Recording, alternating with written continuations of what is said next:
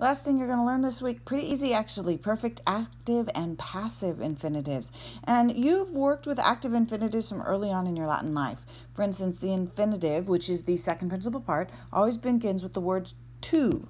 So if I said the verb sumere, it translates as to tend. Use these all the time in English. Always start with the word to. So pull out your chart book, turn to the infinitive pages. I've got some of these notes written down. Take notes as we go along. But let's first do a review. So the present tense active infinitive. Remember, second principal part of the verb always translates as to verb. So if I said videre, it's to see. If I said mergere, to sink. The present tense passive is to be verbed, and we learned about this.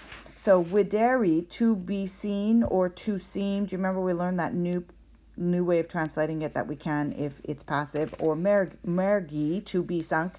So it's got that extra to be in it. If you remember, this is also on your chart page, and you should have learned this. You need to have this memorized.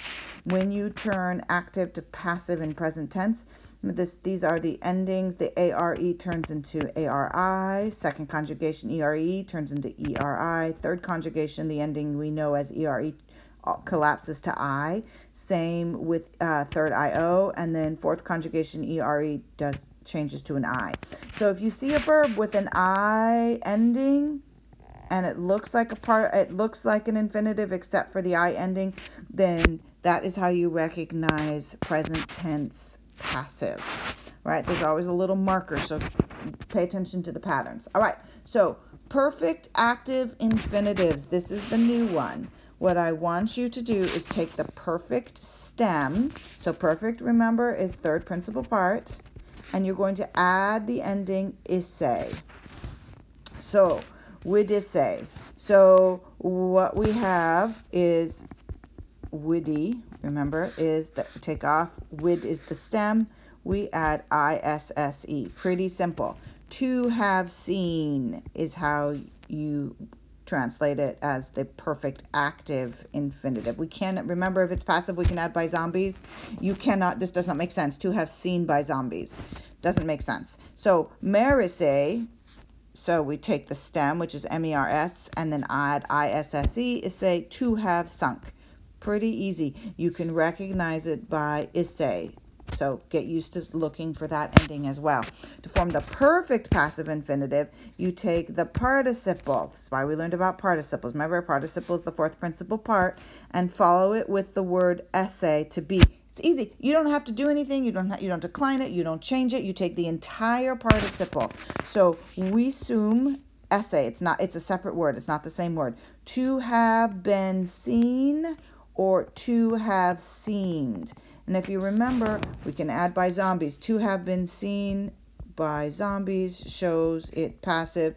To have seemed hungry, right, by zombies. And then mersum esse, same verb we're working with here, completely the perfect passive, the participle, and we add esse afterwards. You do not conjugate and change any form of esse. To have been sunk.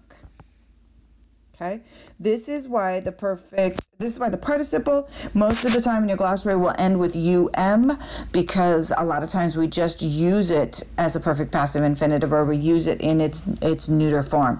So remember that infinitives are never conjugated, right? Never declined like nouns, like we have been up above when we studied the passive forms of verbs, and are always neuter in gender.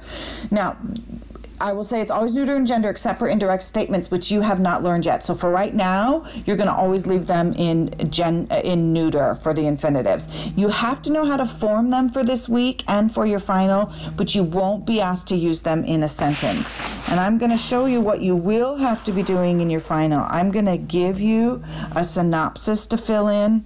And here we've got, I've asked you to give it to me in masculine for the passive, I will ask you to give it in a particular gender. I'm not going to tell you, of course, which gender, and I'm not going to tell you which person right now. I will tell you that on the final.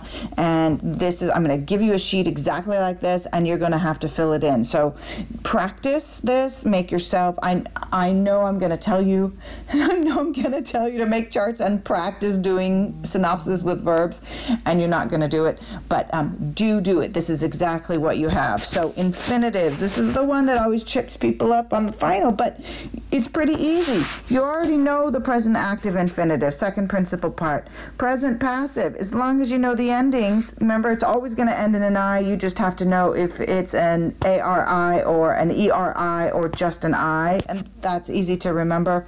Perfect actives, remember stem of the perfect, it's called a perfect active for a reason.